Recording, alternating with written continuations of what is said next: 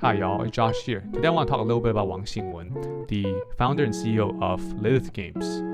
Wang is perhaps the most famous young gaming entrepreneur in China right now. While he may look like the boy next door, he's a bit of a maverick, a bit of a go big or go home kind of guy at heart. At the same time, he's also quick to point out that he's not some simple dream chaser, but he's a pragmatist.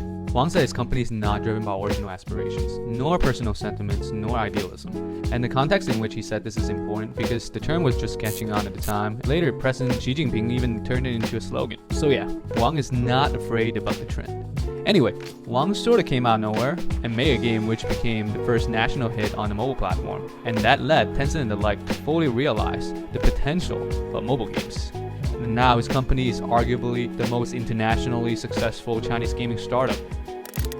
The game which put Lilith Games on the map was Dota Legends. It was the #1 mobile game in 2014. It made $311 million that year, which was unprecedented. The game also got Lilith Games into a massive lawsuit with NetEase and Blizzard over copyright. Today, Lilith Games is best known for titles such as Rise of Kingdoms, AFK Arena, and Art of Conquest. These games are often found within the top 10 games in many countries at any given time. Rise of Kingdoms itself made $477 million in 2019 alone. Born in 1987, Wang graduated from the prestigious Nanjing University in 2009 and joined Tencent to work on an MMO game. As to his 4-year stint at Tencent, Wang later described the experience as unsatisfactory.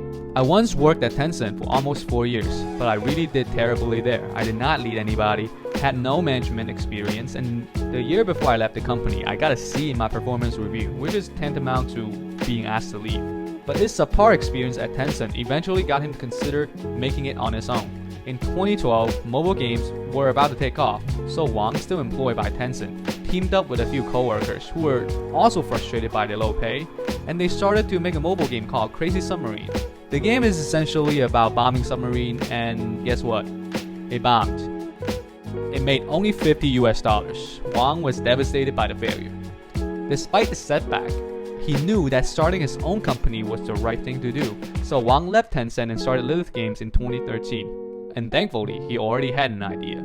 He remembered this game on the PSP, Patapon, which he was obsessed with in college. That game gave Wang the epiphany that a side-scrolling team battle game could actually be fun. Wang then went ahead and brought that gameplay mechanic to mobile.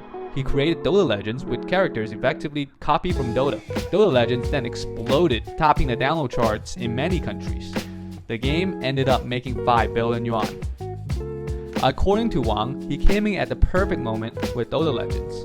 Traditional gaming companies like Tencent and NetEase were still putting most of their money on PC games. He added that it was Dota Legends that had awakened Tencent and NetEase with respect to mobile games. In fact, Dota Legends got so popular that Western companies started copying it. Most notably, Heroes Charge, a Dota Legends clone, gained traction in North America, and it even spent $2.25 million on a Super Bowl ad. Lilith Games then filed a lawsuit against Youku, the developer of Heroes Charge. But Dota Legends had its own share of legal trouble. Given Dota was a custom game within Warcraft, Blizzard, NetEase, and Valve Corp took Lilith Games to the court. The pressure eventually got to Wang, and the company relented to rebrand the game into Soul Hunters. But even before the rebranding, the lawsuit had already gotten Dota Legends banned from the App Store. Nonetheless, having bagged outsized profit from the game, Wang and his team went to work. Lilith Games came up with Art of Conquest, AFK Arena, and Rise of Kingdoms. These are very successful and very innovative mobile games. But notice, they are arguably more successful in the West than they are in China, which thanks partly to how savvy they are in promoting themselves overseas. As things stand, Lilith Games is a company just a tier below the giants such as Tencent and NetEase. Harkening back to what was said about Wang's pragmatism, he said he was often perceived as this person who operated by personal feeling, and thus his products are very polished and innovative. But Wang repeatedly stressed that that wasn't his MO. Instead, Wang said that his company had to innovate because that was the only way his company could compete with incumbents. As far as his management philosophy goes, in 2015, Wang said to pass probation at his company, New recruits have to finish reading the following books: The Lean Startup, 0 to 1, Insanely Simple, and The Fifth Discipline. As a young boy in the sector, he used to sneer at the concept of flat management, but now he's come to acquire an appreciation for it. The most important lesson, he said, is that you should get information from everybody, but you can only discuss discussions with few people.